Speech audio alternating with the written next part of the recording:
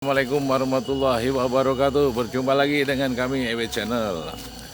Ya Allah ya Karim, ya Malik ya Kudus. Mudah-mudahan para pemirsa dimanapun Anda berada senantiasa diberikan kesehatan yang prima, dan yang sedang sakit mudah-mudahan segera disembuhkan, dan yang sedang terlilit hutang mudah-mudahan segera bisa melunasinya. Dan untuk kali ini saya ingin menjelaskan tentang pemaparan sebuah narasi daripada Satrio Piningit. Jadi Satrio Piningit ini adalah sosok manusia yang selalu kita nantikan, karena kita percayai dan semua masyarakat mempercayai bahwa beliaulah yang akan bisa mengentaskan segala kecarut-marutan, ketidakberesan, dan segala dari kegelapan-kegelapan yang telah namanya menimpa alam ini, terutama di dalam alam kemasyarakatan. Jadi Satrio Piningit ini memang sosok yang betul-betul kita harap-harapkan dan kita nanti-nantikan kehadirannya, karena beliau mampu namanya bisa mengentaskan sebuah kegalauan-kegalauan dan kecarut-marutan serta ketidakpastian di dalam mencari nafkah, ketidakpastian di dalam hukum, ketidakpastian di dalam sosial kehidupan. Nah, Satrio Piningit ini mirip seperti layaknya sebuah pohon. Jadi pohon yang rindang yang akan mengeluarkan sebuah buah-buahan bisa bermanfaat untuk umat. Namun, pohon juga sangat rawan. Ketika pohon itu sangat tinggi, semakin tinggi, disitulah angin akan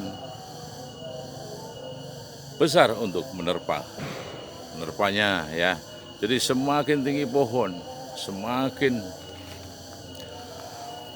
dahsyat pula angin yang akan menghempasnya.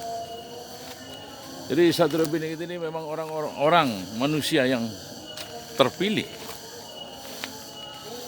bukan sebagai manusia biasa, walaupun dari manusia biasa menjadi manusia yang sangat luar biasa,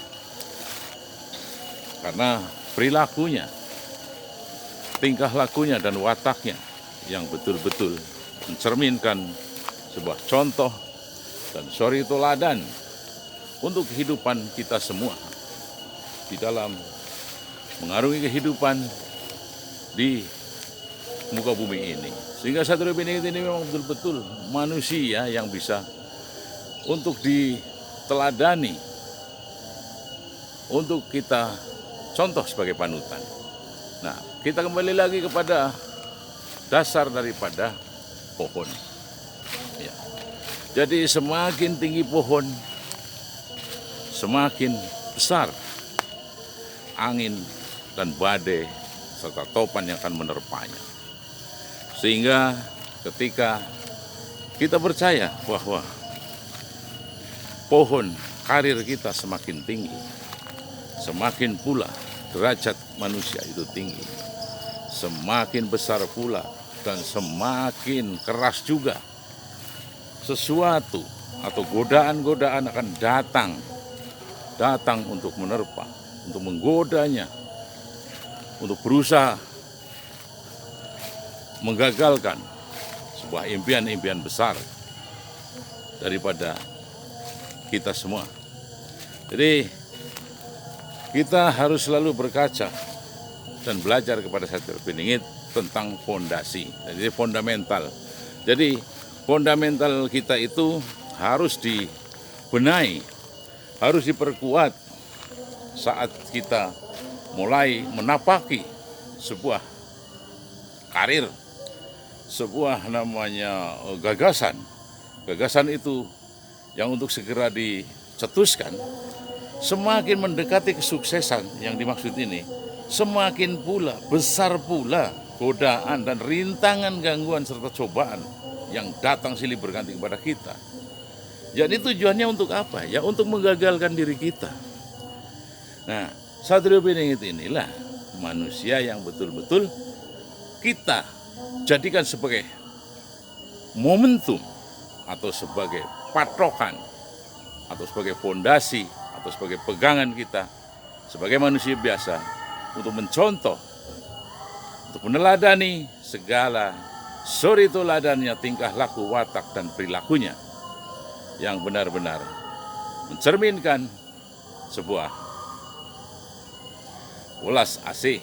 Jadi Sang Kinasih ini mempunyai suatu karakter yang memang susah ditandingi oleh manusia biasa seperti kita halnya ya. Jadi semakin tinggi pohon, semakin angin kencang menerpanya. Maksudnya dalam arti kata, semakin tinggi pohon, semakin lebat daunnya, batangnya makin besar, rantingnya makin besar, makin berbuah pula yang lebat untuk kepentingan umat.